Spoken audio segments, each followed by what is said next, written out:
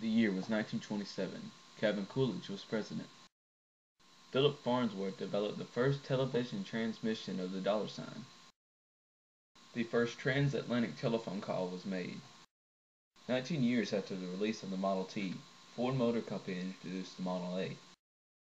Charles Lindbergh makes first solo transatlantic flight. Oh, sister, Ain't She Sweet by Ben Burns is the number one song. Ain't she sweet? See her coming down the street. I ask you These were the Roaring Twenties, but there was another kind of roar in the land, the roar of the floodwaters of the Mississippi River, as the rains fell and the levees failed.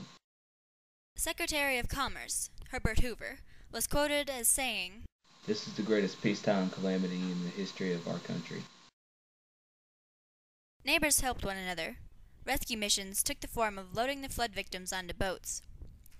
Grady F. Jones put it this way: all the cattle were lowing, all the dogs barking, every rooster crowing, babies crying, women screaming, and all hurrying to high places. According to Herman Colonet, who was a volunteer rescuer in 1927, there were a couple of times I had to raise the gun and say, "If another one of you jumps in, I'm going to shoot the rest of you off the top of the house." That slowed them down. Chickens would automatically jump in the boat, see.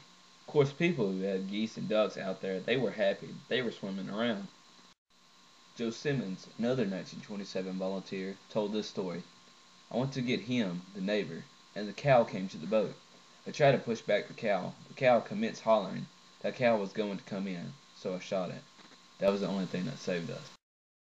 The government provided pup tents and set up camps for flood victims. Supplies, such as food, were shipped by rail. Women were taught sewing lessons, and children were busied with games. As the waters subsided, residents returned to their damaged property. Miss E.J. Smith helped her father clean up. Daddy had raked the mud out of the house and gotten most of the rattlesnakes, but the smell was there, and it smelled terrible. The Flood Control Act of 1928 was implemented. This began the overhaul of northern Mississippi. The Corps of Engineers planned the levee system and the building of 4 flood control lakes. The 4 lakes, Grenada Lake being one of them and the other 3 in North Mississippi, it is a part of the comprehensive flood plan that the Corps put in to prevent another 1927 flood.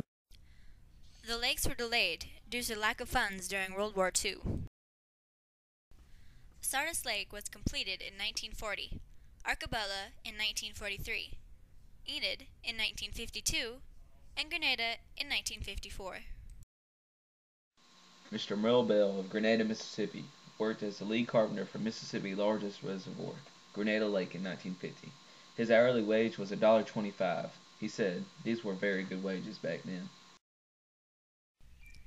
Lands that had been in families for generations were purchased by the government to use as the lake property. 2 major highways that went through the lands where Grenada Lake is now, and that being number 8 highway going toward Calhoun City and number 7 highway that went to Coffeyville.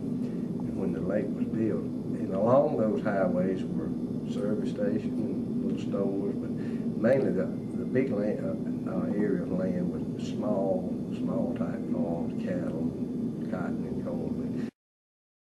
Hillard Griffin was born in Coffeyville, Mississippi. He has memories of the construction of the dam, what the area was like before construction.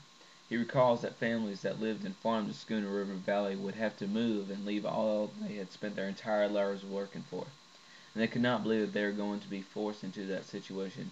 Mr. Griffin admitted that Grenada gained from the construction of the dam. He said the dam had a great effect on Grenada. Business was better. Hotels, gas, fishing supplies. Grenada benefited greatly. There's a lot of activities: lake hunting, fishing, boating, recreation, swimming, playground, ball fields, and on and on. The Great Flood of 1927 brought much misery and suffering, but today we can enjoy the many blessings brought about by the flood control effort.